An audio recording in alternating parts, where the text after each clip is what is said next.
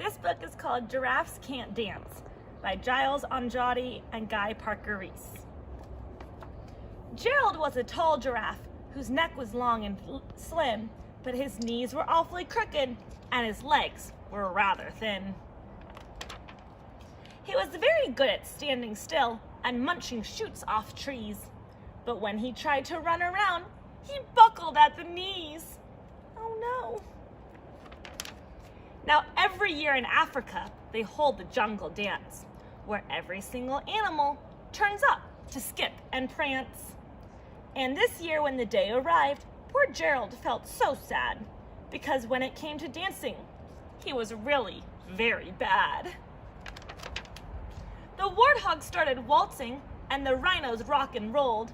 The lions danced a tango that was elegant and bold. The chimps all did a cha-cha with a very Latin feel, and 8 baboons then teamed up for a splendid Scottish reel. Gerald swallowed bravely as he walked toward the floor, but the lions saw him coming, and they soon began to roar. "Hey, look at clumsy Gerald," the animals all sneered. "Giraffes can't dance, you silly fool. Oh, Gerald, you're so weird." Gerald simply froze up. He was rooted to the spot. "They're right," he thought. "I'm useless. Oh, I feel like such a clot." So he crept off from the dance floor and he started walking home. He'd never felt so sad before. So sad and so alone. Then he found a little clearing and he looked up at the sky. "The moon can be so beautiful," he whispered with a sigh. "Excuse me," coughed a cricket who'd seen Gerald earlier on. "But sometimes when you're different, you just need a different song. Listen to the swaying grass and listen to the trees. To me, the sweetest music is those branches in the breeze. So imagine that the lovely moon is playing just for you. Everything makes music if you really want it to." With that, the cricket smiled and picked up his violin. Then Gerald felt his body do the most amazing thing. His hooves had started shuffling, making circles on the ground.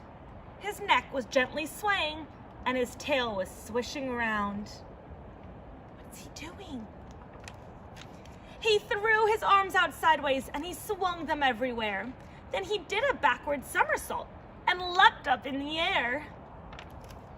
Gerald felt so wonderful. His mouth was open wide. "I am dancing! Yes, I'm dancing! I am dancing!" Gerald cried. Then one by one, each animal who'd been there at the dance arrived while Gerald boogied and watched him, quite entranced. They shouted, "It's a miracle! We must be in a dream! Gerald's the best dancer that we've ever seen!"